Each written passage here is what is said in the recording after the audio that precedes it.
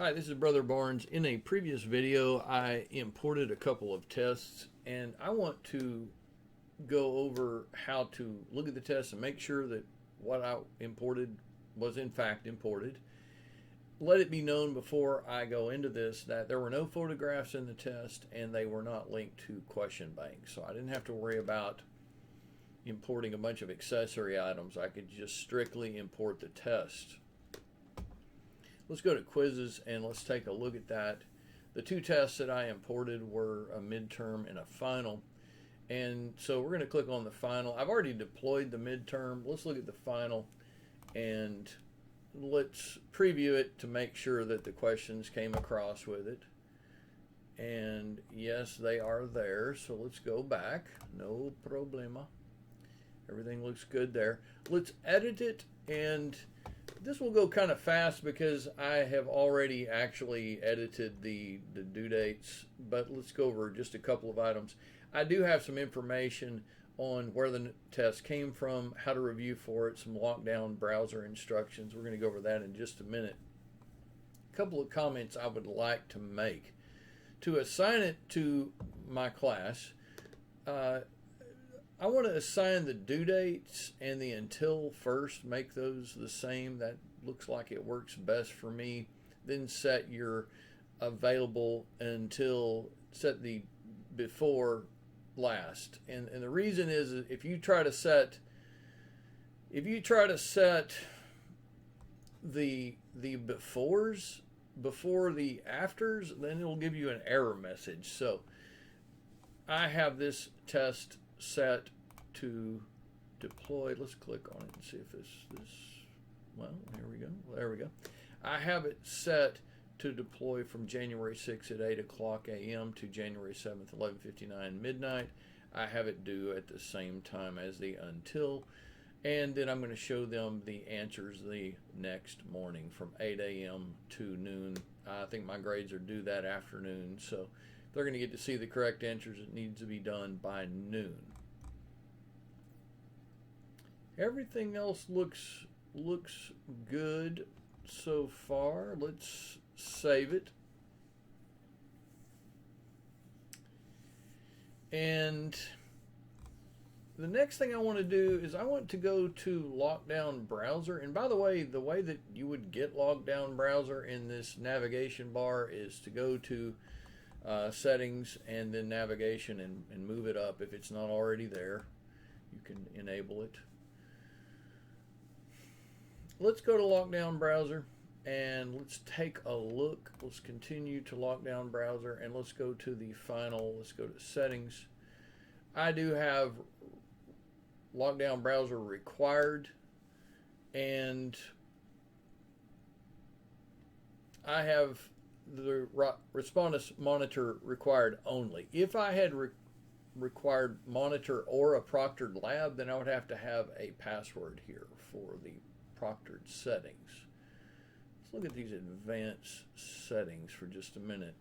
Lock students into the browser until the exam is completed. Yes. Allow students to take this exam on an iPad. That is fine. If I was giving a math-related test, I'd enable the calculator. Okay, we've already talked about this. Let's go down to the startup sequence. I like the idea of giving the instructions and asking for a photo, or actually taking a photo, asking for an ID, and doing an environment check. These are all good practices. I have a video going through the whole process from the perspective of a student. Facial detection. Prevent students from starting the exam if the face cannot be detected, and then notify students during the test if the face cannot be detected. This is kind of a big problem. I've done this for my second semester now, and facial recognition and lighting is an issue. It does talk about that in the instructions, by the way. The other advanced settings allow microphone use, videos. I don't need either one of those, so let's save and close this. This looks fine for now. Probably later we'll go back and add a password and then change this to either Respondus or a proctored lab. I'll probably do that later, but right now I don't want to deal with a password, so let's just save that. The last thing that I want to do, probably the last thing I want to do is let's go to modules, and let's go to the final. By the way, you can see where I put the midterm, and let's go to the finals week, and let's add that test as a quiz. There is the final. Let's add it in there, and bammo, it is now deployed in modules. Now I haven't deployed the modules. We're going to keep filling these out and working on these. Let's do one last thing real fast. Let's look at assignments, and let's look at weighted categories real fast. I have my lab and mastering set at 30%. Okay, there we go. There's midterm at 30, final at 30. That's fine. And right now I need to get rid of this assignment category and get rid of this assignment category. That's fine. And I do want to add one to have everything adding up to 100%. I've got 30, 30, and I want to have, I've got 30 here, so I want to have 100% total. So let's add a group, and let's call this quizzes, discussions, and the like. Let's do that. It's going to be 10%. So we are beginning to really make some progress on getting some fundamental elements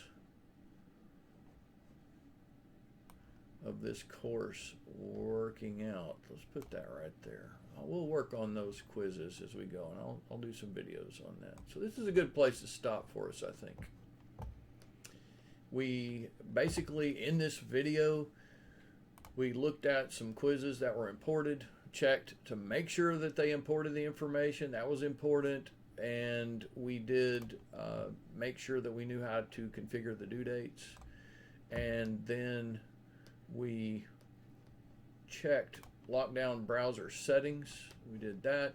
And then lastly, deployed in modules. Thank you. By the way, those aren't visible yet, are they? We'll talk about that later as well. We deployed the final in the finals week. We're working on the weekly assignments. And then lastly, we went to assignments, and we're working to make sure that we have all of the weights proper. 30, 10, 30, 30. Everything's looking good. So we will continue. This is video number 5 in creating modules in Canvas.